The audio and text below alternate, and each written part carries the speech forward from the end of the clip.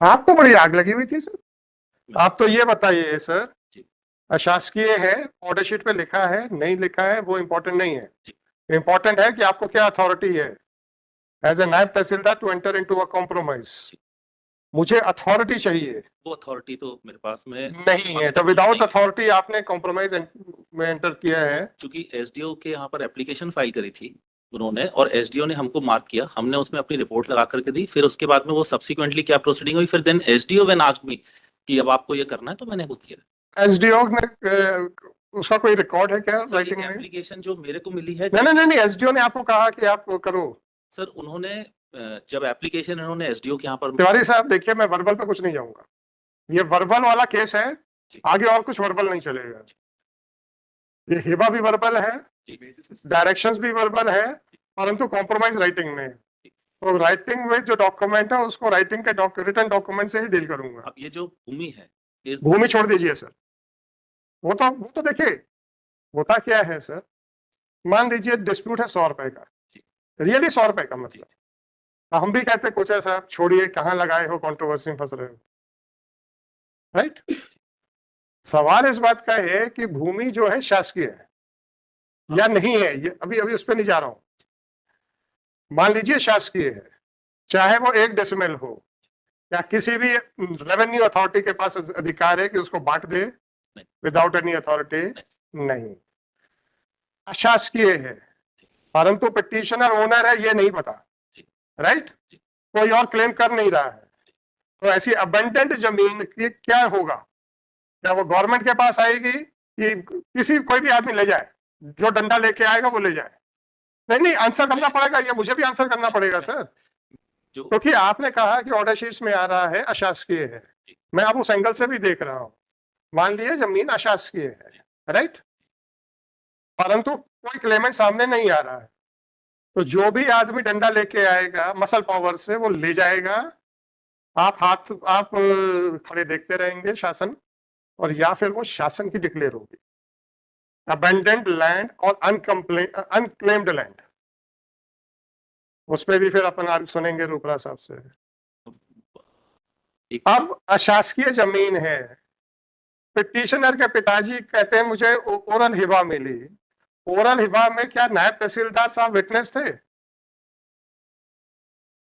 मैं इसलिए प्रश्न पूछ रहा हूं क्योंकि नायब तहसीलदार साहब को अदरवाइज टाइटल डिक्लेयर करने, टाइटल एडजुडिकेट करने का तो राइट नहीं है, तो ज्यादा से ज्यादा वो विटनेस होते तो ही कुछ बोल सकते हैं, राइट।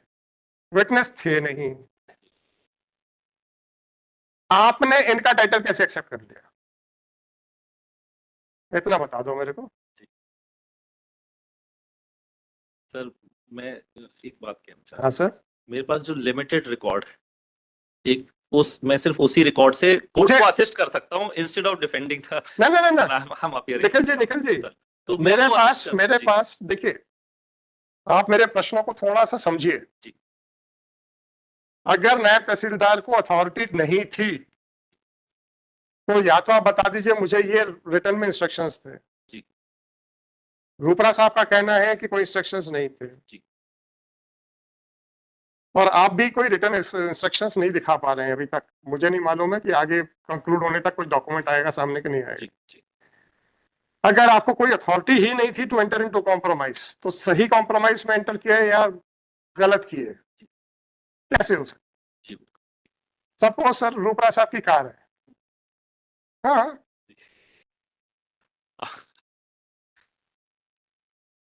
उनके चेहरे की हवाइयां हो गई, सब मेरी कार काय को ले जा रहे हो? जब आपको अथॉरिटी नहीं है, you are not the owner, कैसे? मतलब ये इन क्वेश्चंस का जो मेरे पास एक लिमिटेड आंसर है, जो मैं अगर प्लीज उसी ने तो आपको नोटिस किया था ना?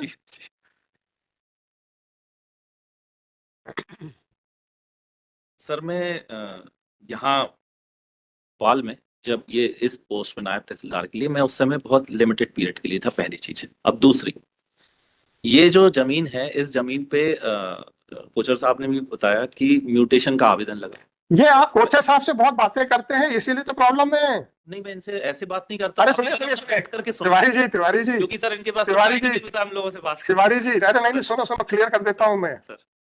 मैं निखिल तिवारी जी और कोचर साहब को इंडिविजुअल कैपेसिटी में नहीं बोला है। हाँ जी, हाँ जी, हाँ जी। निखिल तिवारी जी के पक्षकार कोचर जी के पक्षकार के साथ खूब बातें करते रहे, नहीं। इसलिए आप खड़े हुए हैं यहाँ पे। नहीं करी सर, ये जो हाँ, अभी तो इसलिए अब आप मत बोलो कि कोचर साहब ने क्या बताया। अभी जो भी आर्ग्यू हुआ है मैंने उसको नोट किया है। उसमें सबसे पहला पॉइंट ये नोट किया है कि that mutation application was rejected by tehsildar, they have made an appeal to SDO. मतलब मैं वो बता रहा हूँ जो है आपने नहीं, मुझे नहीं सुनना सर, सर। तो अभी मुझे नहीं सुनना है, जी। क्योंकि मैंने कंक्लूड नहीं किया है सर। अच्छा, ठीक है तो आप ये मत सोचिएगा कि मेरा अभी का कहना कि नहीं सुनना है का मतलब मैंने वो कंक्लूड कर दिया है। जी मैं अभी इस क्वेश्चन पे हूँ, सर। क्या आपको अथॉरिटी थी कि नहीं थी, नंबर 1। जी। नंबर 2, आपने कहा कि चूंकि उसमें ऑर्डर शीट में अशासकीय आ रहा था तो हमने कर दिया। नहीं, ये ऐसा नहीं। अरे साहब, स्टेटमेंट तो आप ही का लिखा मैंने हुआ। पूरा नहीं कहा है अभी, मेरा स्टेटमेंट पूरा नहीं अच्छा, हुआ। पूरा नहीं हुआ, बता दीजिए। जी, वो हाँ, पूरा बता दो सर। मेरा पूरा स्टेटमेंट नहीं हुआ है कोई सर। बात नहीं, कोई बात नहीं, मेरे- बता दीजिए। बस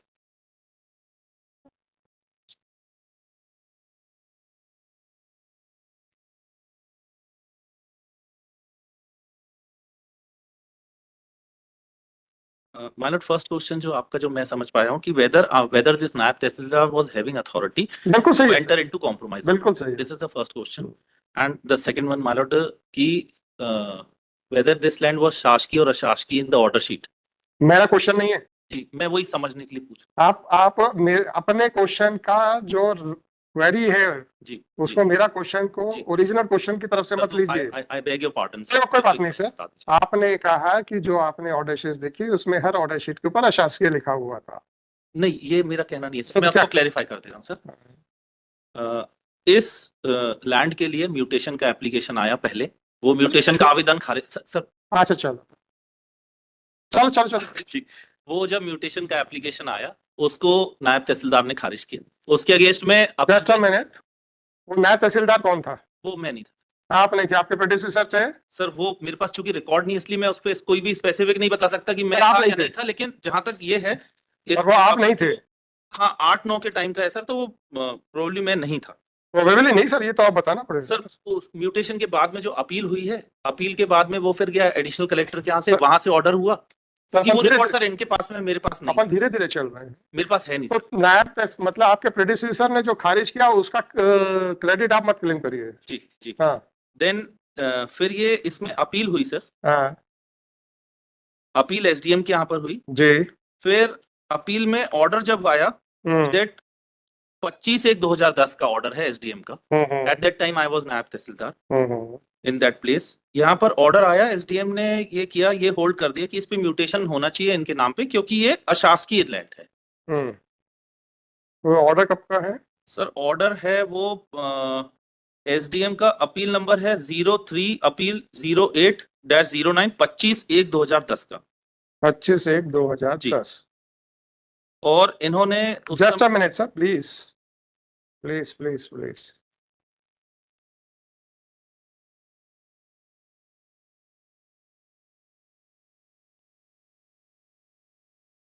प्रत्यावर्तित किया जाता है जी, ये प्रत्यावर्तित किया जाता है, इसलिए कोई फाइंडिंग नहीं थी जी। इसमें। इन्होंने जी 4 पॉइंट्स पे 4 पॉइंट्स के इंक्वायरी ऊपर, करने के लिए बोला। बिल्कुल ठीक सर। फिर क्या हुआ? इसकी इंक्वायरी करके सर उनको हमने वापस भेज दी। वो इंक्वायरी कहाँ है? सर वो मेरे पास नहीं है सर। आपने वापस की? जी, मैंने उस पर इंक्वायरी करके उनको वापस भेज दिया, क्योंकि एमपी लैंड रेवेन्यू कोड में उस समय जो पावर थे। एक मिनट प्लीज, वो एमपी पुराना वाला मैं लेकर के आऊँ, मोटी वाली कागज ये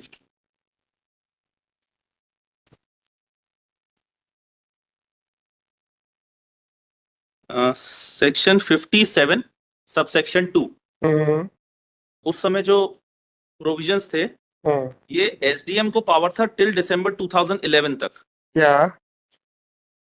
state ownership in any land, subsection 2, where a dispute arises between the state government and any person in respect of any right under subsection 1, such dispute shall be decided by the subdivisional officer.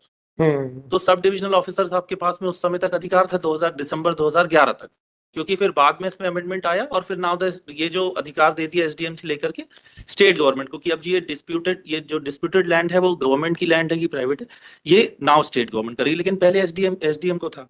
इसका subsection 1 कहता है all lands belong to state government and it is hereby declared that all such lands including standing and flowing water mines, quarries, minerals and forest reserves are or not, and all rights or in the subsoil of any land are the property of the state government, provided that nothing in this section shall save as otherwise provided in this code be deemed to affect any right of any person subsisting to at the coming into force of this code in any such property। तो जो भी rights हैं वो state government के हैं। Subsection 2 में power था SDM को, तो एसडीएम के पास में व्हेन हमने इसमें जांच करके भेज दिया, तो एसडीएम के बाद में सर इसमें म्यूटेशन का ऑर्डर हो गया था इस लैंड पे। कौन सा ऑर्डर हुआ सर? वो भी मेरे पास नहीं है सर।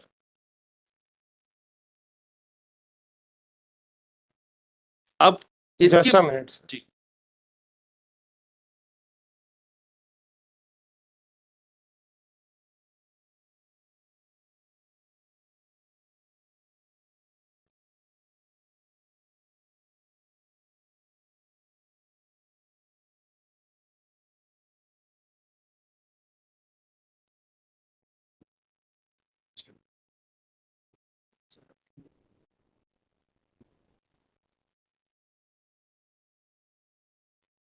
हाँ,